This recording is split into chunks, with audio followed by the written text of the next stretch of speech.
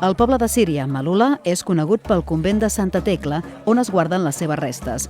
Aquest poble, al nord de Damasc, no ha pogut escapar de la guerra civil que viu al país des de fa 3 anys. L'ONU ha donat la veu d'alerta. No hi ha mitjans suficients per atendre tots els desplaçats de Síria. En total són 10 milions, un terç d'ells refugiats en altres països. L'ACNUR necessita urgentment la mobilització internacional.